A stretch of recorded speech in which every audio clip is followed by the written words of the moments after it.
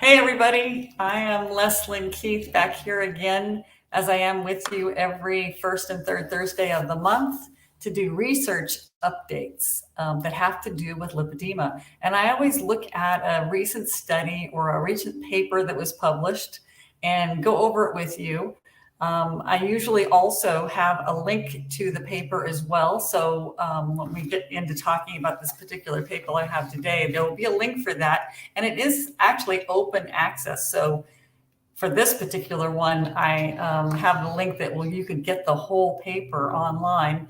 And then for those of you that want to get it as a PDF, as a document, or if you actually couldn't get the paper, then you always can email me. And you see that my email right here, leslyn@lipedemaproject.org.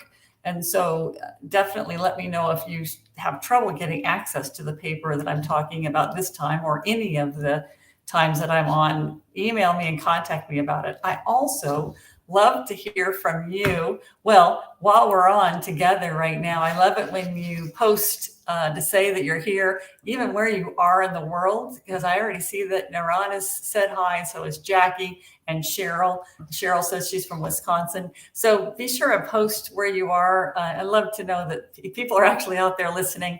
And if you have a paper or a topic that you want me to look at and talk about when I'm here on the first and third Thursday, be sure and contact me about that. I may not get your post that you do after we stop today, but if you email me at leslyn@lipedemaproject.org, then I can definitely talk to you, speak to whatever you want me to talk about in the future.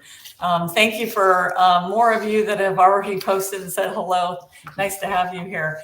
And so today's paper we're going to talk about, it was just published in September of last year, September 2022. It is Indications of Peripheral Pain, Dermal Hypersensitivity, and Neurogenic Inflammation in Patients with Lipedema. And this was done by a group of researchers that were in Tennessee at Vanderbilt University, in Texas at a university there, and also in California. And the lead author is Adri Chakraborty, and I will put that in the post too, so you can see his name. I think for those of you that read a lot of lipedema papers, you will recognize this name and other authors that are on this paper. It's a lot of prominent people that do lots of publishing on lipedema. So the aim of this particular study was that they wanted to objectively measure and characterize pain in lipedema. So first, a couple of definitions that come up in this paper. And one is the term nociceptive pain. And so this is a type of pain that is caused when you have damage to your tissues. So for instance, you stub your toe or something like that. So there's been some kind of damage to the tissue, and then that pain can feel very sharp, aching, and throbbing. I think that a lot of people are familiar with those types of pain. Then another term that they use in this paper is allodynia. And allodynia is pain to a stimulus that doesn't normally cause pain. And I think that women with lipedema can really identify with this allodynia. So for instance, when you get your blood pressure done, most people would say, oh, it kind of feels like it's squeezing, it's kind of uncomfortable. But for someone with lipedema, quite often it is very, very painful. And so that's an example of allodynia.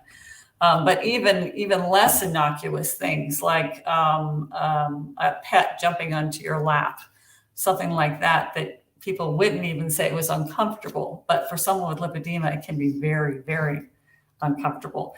And then another term that they use in this paper is neuronal cell bodies. And so these is the kind of the control cell, control portion of the nerve cell. And it's responsible for communicating with different nerve cells and getting the message sent to the brain. And then neuropeptides is another term. And these are compounds that help deliver those messages along the along the nerve cells and get the message to the brain. And the particular the neuropeptides that we're looking at in this study were ones that might be associated with pain. So what are the methods they did? Very interestingly, they recruited a lot of people that were at a FDRS, a Fat Disorders Resource Society. They had an annual conference in 2019 in Baltimore, Maryland, in the USA, and they recruited a lot of people that were there. And they also used something called researchmatch.org, and it is a nonprofit agency that recruits people that want to participate in research studies. And so they use that to get other people involved in the local community also during that conference that happened. So with this group, they then wanted to collect these various items. One is that they did a clinical exam on each person. They just did their height, their weight, if they had a lipedema diagnosis, and they also did a clinical exam for the researchers to diagnose them if they hadn't been officially diagnosed. And they would also figure out what stage of lipedema they had, if they had lipedema, and also the type. And they also documented their symptoms of lipedema that they reported and where they were able to assess with that physical exam. And then they did a bunch of pain type of surveys. And one was just what we call a visual analog scale. So this is a scale of 0 to 100. And they were told to rate their intensity of their pain on that scale of 0 to 100. And 100 is the most intense. So there's put their number somewhere on there. And they also did a self-report survey called Pain Detect. And this was to quantify and qualify the pain that they had in their legs. And usually it's used for neuropathic pain, nerve pain in the legs. They also did something called the Von Frey pain assessment. And this uses little monofilaments of varying thickness. So, you might have some that are like barely more than the thickness of a hair, and then getting a little bit more thick. And what they were trying to find is the sensitivity, not so much a pain response, but when do you first feel something? So you can imagine, like your hair touching you, you may not notice that, it may not cross that sensitivity threshold, but a thicker filament would. And so they were trying to assess that. And then they did tissue biopsies. So they were looking at the skin and underlying tissue of all the participants. Well, actually, no, just a small segment of them. And these were from a previously obtained tissue sample, because it would be kind of hard at a conference to do tissue biopsies. So they had 11 participants that had lipedema, their biopsy, and then they had 10 controls. And then they were looking at these, the biopsies for first the density of those neuronal nerve cell bodies that we talked about, and how many of them were there in that tissue sample. And then also they were looking at certain neuropeptides that are commonly associated with inflammation and pain, and they were looking for the presence and the levels of those. So that's all that they were looking at. Now let's look at how are the participants, how are they characterized, the ones that participate in this study. And so the ones that they had physically there at the conference or in the local community, they had 23 participants that had lipedema.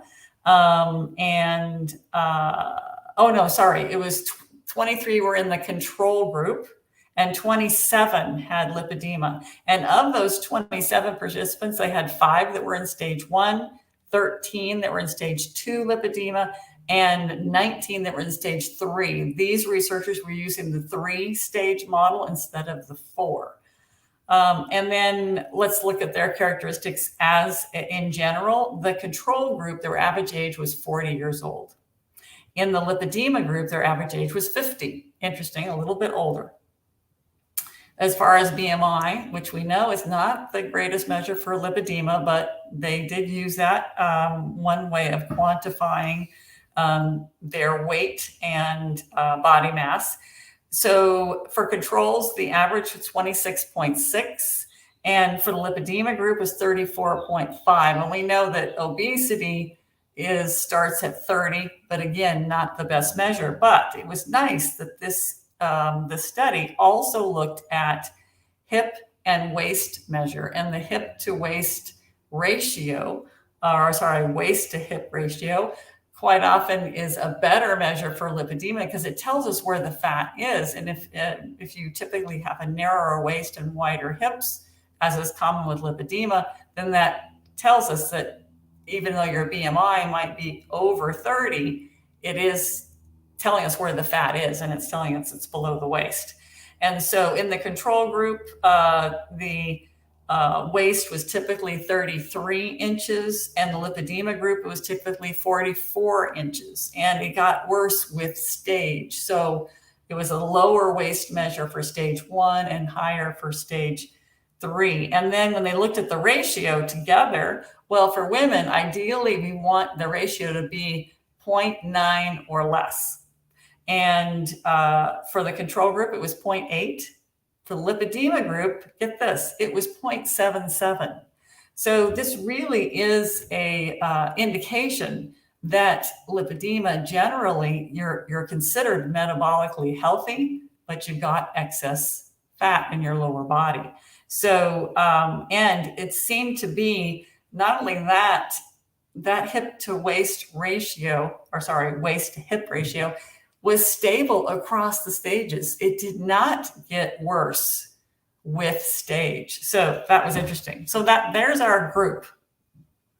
So they did these various tests on them, all those self-report surveys. They did all the physical exam. And so what did they come up with? So what they found is that patients with lipedema report pain is a significant feature of their condition generally, and the frequency of that symptom, as well as the severity, increases with stage of lipedema. Now, it's not to say you may still have severe pain and only be stage 1. It just, in general, it tends to get worse with stage. And so in the controls, 0 of them, 100% of them had no pain. Okay, so 0 had pain. Stage 1, 60% had pain. Stage 2, 61.5, so just a little bit of an increase there. Stage 3, which in the stage 3 model, that's kind of a big stage because for us at Lipedema Simplified, we typically use 4 stages, so they just put them. Stage 3 encompasses stage 3 and 4 for us. And so in stage 3, 100% of stage 3 participants had pain. That's pretty significant. So let's look at the pain level. So 100, remember, on a scale of 0 to 100, 100 is most severe. In stage 1, the average level that they said that their pain was 25 out of 100. Stage 2, it was 52 out of 100. And stage 3, 62. So it's a significant symptom.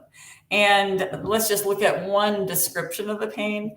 One description that they had, that it seems to radiate from their legs to other parts of their body. And in stage 1, 33% had this type of pain. Stage 2 had 37.5% had this type of pain. And in stage 3, 62.5% had this pain. That's, again, pretty significant.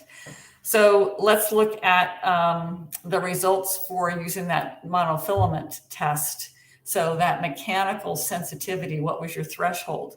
And so in general, it seemed that this that sensitivity to mechanics was heightened in lipedema, kind of what we might expect. But specifically to areas of the body they tested. In the thigh, interestingly, though, even though most of the participants had a pretty severe presentation or that their most severe presentation was in their thighs, It was only mildly more sensitive than the controls without lipedema. But in the calves and the arms, it was significantly higher. So they could feel that they were sensitive to a monofilament that was much smaller, much finer than the control group. And also sensitivity was related to stage, interestingly. So they were more sensitive as they got to higher stages. Let's look at what they got from the tissue and skin biopsy. The density of nerve cell bodies was not reduced in the thigh tissue. I wouldn't have thought that, but it was reduced in the abdominal and skin tissue. So they had less nerve cell bodies. So it's kind of makes sense that the nerve cell density not being different from controls, but it might also contribute to them being more sensitive in the thigh tissues. And then there was no differences by stages of lipedema for the thigh biopsies, but interestingly, the abdominal area did show it had a lower density compared to controls in the abdominal tissue, but it got a higher density depending on stage. So as a general rule, if you put them all together, the average was less density than controls. But when you looked at it, just comparing the stage, they got more dense as the stage increased. And then finally, this is also an interesting result, that there was an overexpression of those neuropeptides that are associated with inflammation and pain in lipedema. Not a surprising result for those of us that are familiar with lipedema. And there was not an increased expression in the abdominal biopsies, but there was a significant difference in the expression in the thighs, and also a significant difference by stage. And so there was more of this neuropeptide with the later stages. So that was an interesting outcome. So let's look at their conclusions. They said that pain is a significant part of the clinical manifestations of lipedema, and it gets increases in severity with stage. I think that is something that that sounds logical. And even though the underlying causes of lipedema are unknown, pain is a feature that really makes lipedema distinct from other conditions that it's often confused with, like obesity, like lymphedema. And this authors state that although they were able to demonstrate they said that they were able to demonstrate with patients with lipedema, they consistently report that they have what we're calling nociceptive pain and allodynia.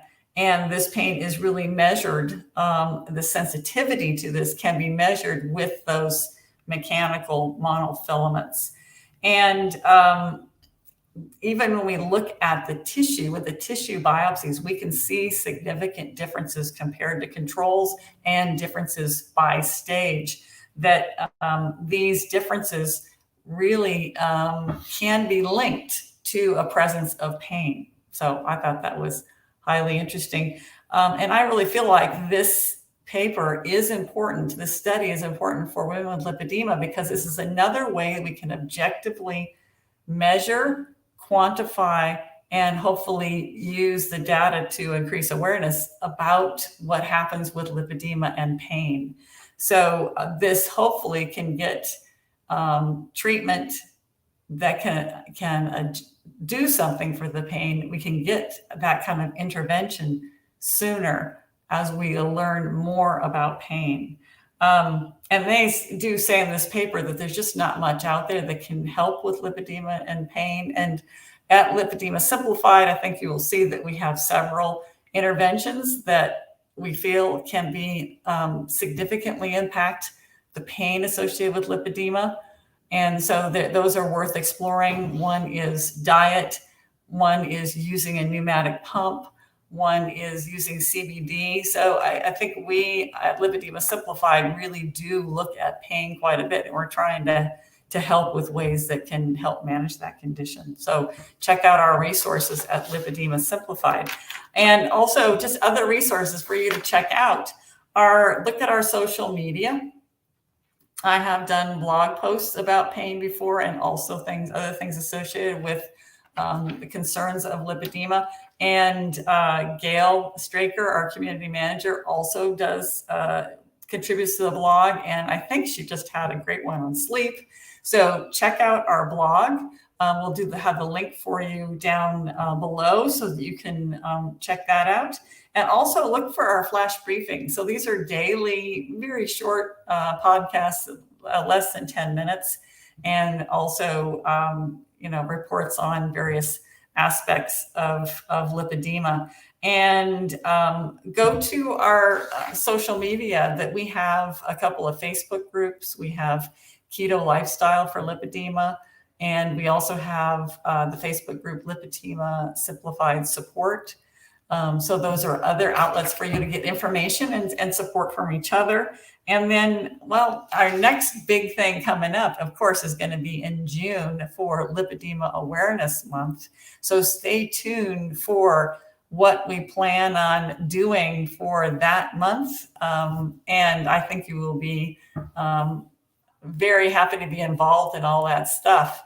Just checking out, did you hear about the paper from Melbourne about stem cells are driven by an overactive gene pathway? Yes, that was an excellent study, Kimberly, about what they're identifying. I think it's the BUB something gene that they're thinking this might be a gene that turns things on to lipedema. And I think I've reported on it in here before. Yes, a great study.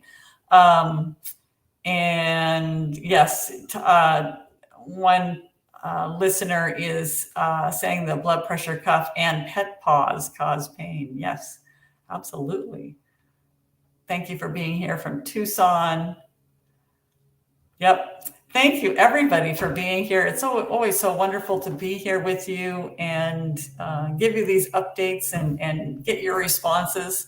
Remember, you can always email me if you want to be in touch, Leslyn@lipedemaproject.org. Thank you so much for being here, and I'll see you again next time for another research